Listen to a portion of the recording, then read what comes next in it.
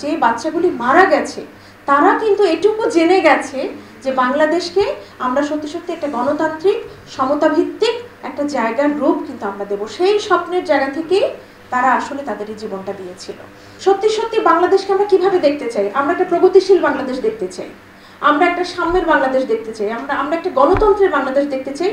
আমরা দেখতে চাই সেই মানুষটিরও বাংলাদেশ। যখন আমি মিছিল করেছি রাজপথে, সেই রাজপথে আমি কিন্তু দেখেছি যে কিভাবে একটি মানুষের চোখ নেই, পা নেই, সেই মানুষটি উঠে দাঁড়িয়ে স্যালুট দিচ্ছে।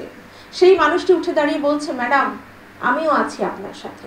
সেই মানুষটিকে নিয়েও আমার সমাজ, আমিও যেমন এই সমাজে একজন সাধারণ নাগরিক, সেই মানুষটিও আমার নাগরিক। সবাই জানেন আমাদের অর্থনৈতিক আমাদের চ্যালেঞ্জ আছে, আমাদের সামাজিক সাংস্কৃতিক, কিন্তু সব থেকে বড় কথা রাজনৈতিক চ্যালেঞ্জ। কারণ ব্যাপারটা কি, এখন আমাদের বাংলাদেশের ক্ষমতাটা হচ্ছে শাঁখের করাতের মতো। আপনারা এক স্বৈরশাসককে ফেলে দিয়েছেন, কিন্তু স্বৈরতন্ত্রের যে বীজ, তার যে মানে একটা গাছ কেটে ফেলা, কিন্তু গাছের যে শেকড়, সেই শেকড়টা কিন্তু এখনো মাটির নিচে। এবং এটা তো সত্যি যে এই দেশে প্রচুর মানুষ, সবাই কিভাবে কাজ করছে, সবাই কিভাবে ভাবছে, সেই ব্যাপারটা একসাথে ধারণা করাটা খুব মুশকিল।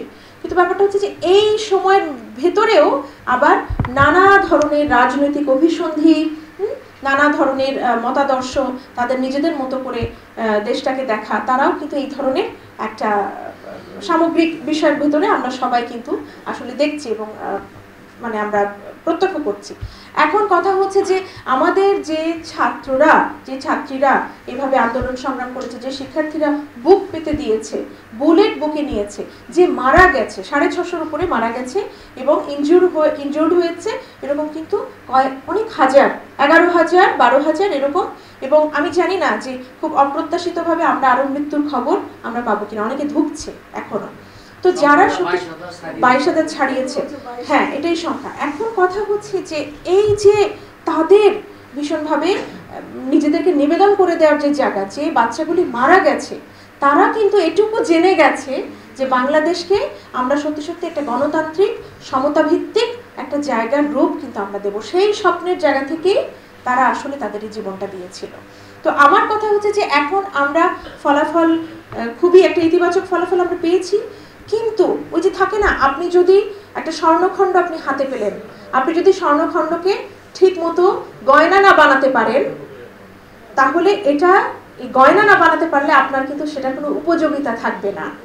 ব্যাপারটা হচ্ছে এরকম, আমাদের শক্তি এখন অনেক, প্রতিরোধের জায়গাটা অনেক, কিন্তু সেই শক্তি প্রতিরোধকে আপনি একসাথে করে সত্যি সত্যি একটি সমতাভিত্তিক জায়গায় সমাজকে যদি বিনির্মাণ বা নির্মাণ না করা যায়, সেই রাজনৈতিক জায়গাটা যদি আমরা না এনশিওর করতে পারি, তাহলে কিন্তু এই আত্মত্যাগ কোথায় চলে যাবে সেটা নিয়ে আমার এক ধরনের ভয় ভীতি রয়েছে।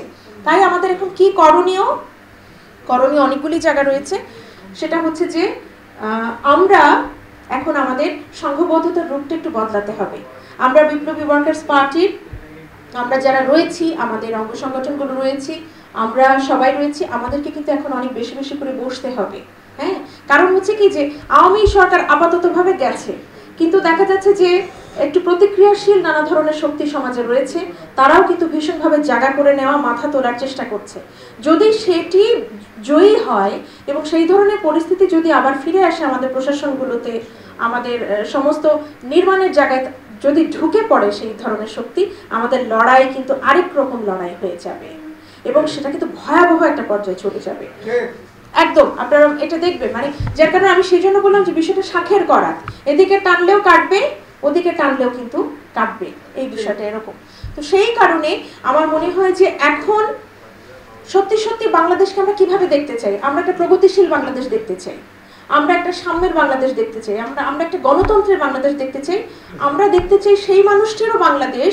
যখন আমি মিছিল করেছি রাজপথে, সেই রাজপথে আমি কিন্তু দেখেছি যে কিভাবে একটি মানুষের চোখ নেই, পা নেই, সেই মানুষটি উঠে দাঁড়িয়ে স্যালুট দিচ্ছে। সেই মানুষটি উঠে দাঁড়িয়ে বলছে, ম্যাডাম আমিও আছি আপনার সাথে। সেই মানুষটিকে নিয়েও আমার সমাজ, আমিও যেমন এই সমাজে একজন সাধারণ নাগরিক, সেই মানুষটিও আমার নাগরিক। তো আমার কথা হচ্ছে যে এমন বাংলাদেশে আমরা দেখতে চাই যে যদি সত্যি সত্যি এই মানুষগুলিকেও আমরা আমাদের সমস্ত সাম্য, আমাদের গণতন্ত্র, আমাদের সুবিধার কাঠামোর ভেতরে আমরা নিয়ে আসতে পারবো।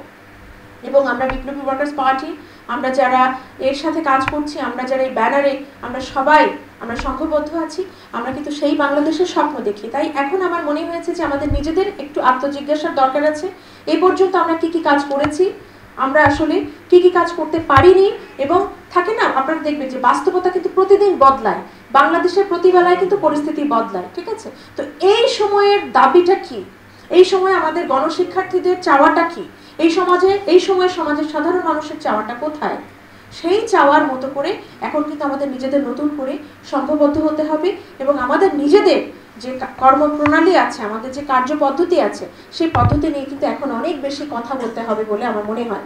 এবং আমি বলবো যে এখন আপনারা দেখেছেন যে একটা সমাজে কিন্তু 16 বছরে এই নিপীড়ন শোষণের কারণেই একটা বিচ্ছিন্নতা তৈরি হয়েছিল।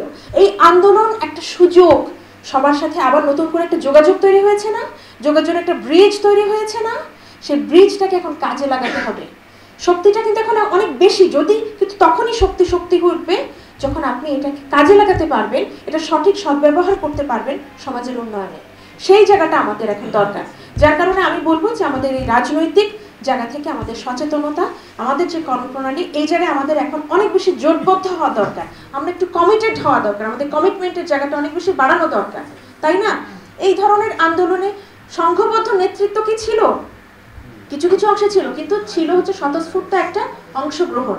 তো আমি বলবো যে এখন আমরা যা করে যাব, ভবিষ্যৎ প্রজন্ম, মনির আমি তোমাকে বলছি যে এখন তুমি যা করবে, আমি যা করব, তা কিন্তু তোমার সন্তানেরা ভোগ করবে। হ্যাঁ, আপনারা সবাই জানেন যে জাপানে যখন 1945 সালে দ্বিতীয় বিশ্বযুদ্ধে হিরোশিমায় বম পড়ে, তখন জাপান ধ্বংস হয়ে গিয়েছিল। সেই তেজস্ক্রিয়তার ভার জাপান কিভাবে সামলাবে সেটা ছিল পৃথিবীর কাছে একটা বিস্ময়কর ব্যাপার। কিন্তু তারা কি করেছে? তারা কিন্তু নিজেদের দিকে তাকায় নাই, একটা দুইটা তিনটা জেনারেশন একটানা কাজটা করেছে ভবিষ্যতে জাপানের সন্তানকে একটা সমৃদ্ধ জাপান উপহার দেওয়ার জন্য। এখন ব্যাপারটা এখন এরকমই, আমরা যখন একটা জিরো থেকে শুরু করি, তখন আসলে আমাদেরকে কাজ করতে হবে। আমরা কি পেলাম না, এই দিকে তাকালে আসলে হবে না। এখন মানুষ হয়ে জন্মেছি, তো কি করব? কিছু তো একটা করে যেতে হবে। আপনার ভবিষ্যৎ প্রজন্মের জন্য জমিটা তো প্রস্তুত করতে হবে। তো সেই প্রস্তুতির জায়গা থেকে আমি বলবো যে এখন স্যাক্রিফাইসের সময় এসেছে। হ্যাঁ, আমাদের যাত্রা একটু লম্বা হয়ে যাচ্ছে, এটা সত্যি। 54 বছর হয়ে গেছে বাংলাদেশের বয়স, হয়তো আরেকটু সময় লাগবে। কিন্তু এই দক্ষিণ এশিয়ার এরকম একটা ঝঞ্ঝা বিক্ষুব্ধ দেশে গণতান্ত্রিক চর্চা কিন্তু এত সহজ না। এই গণতান্ত্রিক চর্চা করতে গেলে একটু ধৈর্য লাগবে, একটু সহিষ্ণু হতে হবে, কষ্টটা একটু বেশি হয়তো নিতে হবে। যত কষ্টটা আমরা এখন নেব, আমরা ভবিষ্যতে আমাদের সন্তানদের জন্য সেই বাংলাদেশ কিন্তু আমরা উপহার দিতে পারবো। তাই আমার কথা হচ্ছে, ধন্যবাদ। তাই আমার কথা হচ্ছে যে আসুন আমরা একটু সংঘবদ্ধ হই, আমরা নিজেদের কমিটমেন্টের জায়গাটা বাড়াই, আমরা অনেক ঘন ঘন বসি, আমরা নিজেরা পথটা বের করি যে সত্যি সত্যি আমরা কিভাবে আমাদের একটা জায়গা আমরা তৈরি করতে পারবো। এবং একটা চ্যালেঞ্জ, সব থেকে বড় চ্যালেঞ্জ, প্রতিক্রিয়াশীল শক্তি। এটা কিন্তু রাজনৈতিকভাবে অন্যতম একটা চ্যালেঞ্জ। এই জায়গাটাকে রুখতে হবে। এবং আমরা আমাদের যেভাবে আমাদের এই প্রগতিশীল চিন্তা দিয়ে আমরা আমাদের সংগঠনের যে জায়গা, সেই মেসেজটি, সেই বার্তাটি আমরা গণমানুষের কাছে কিভাবে পৌঁছাবো দলীয়ভাবে, জোটবদ্ধভাবে, সেটাই কিন্তু এখন আমাদের সব থেকে বড় করণীয় কাজ। এখন কাজ করতে হবে, এখন কাজের সময়। জমিন প্রস্তুত, এখন কাজের সময়। তো আমার মনে হয় আপনারা আজকে যারা আছেন সবার ভেতরে আমি বার্তাটি ছড়িয়ে দিতে চাই। হ্যাঁ, আমাদের বিপ্লবী যুব সংগঠন রয়েছে, আমাদের তরুণ প্রাণ রয়েছে, এবং ভীষণভাবে উদ্যোগী মানুষজন রয়েছে।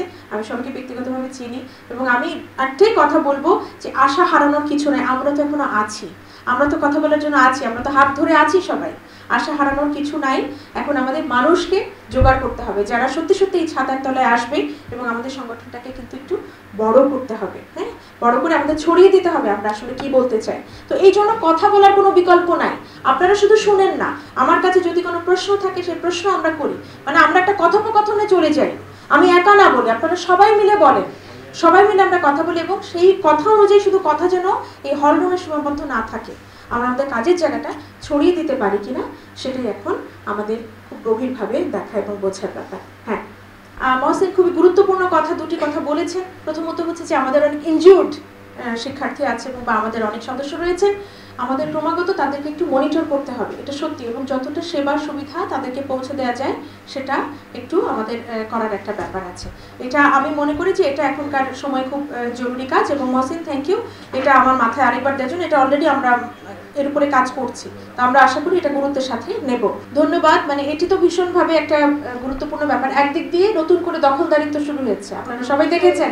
শহীদ আবু সাইদ, আমাদের শহীদ শিক্ষার্থী, তার নামেও বিল্ডিং দখল হয়ে গেছে, এরকম খবর আমরা পত্রিকায় দেখেছি। একদিক দিয়ে দখলদারি, আবার আপনি যেটা বলছেন যে একইভাবে সেই পুরনো দুর্নীতির চর্চা এবং সেটার এক ধরনের আগ্রাসন হচ্ছে কিনা সেটা দেখার ব্যাপার।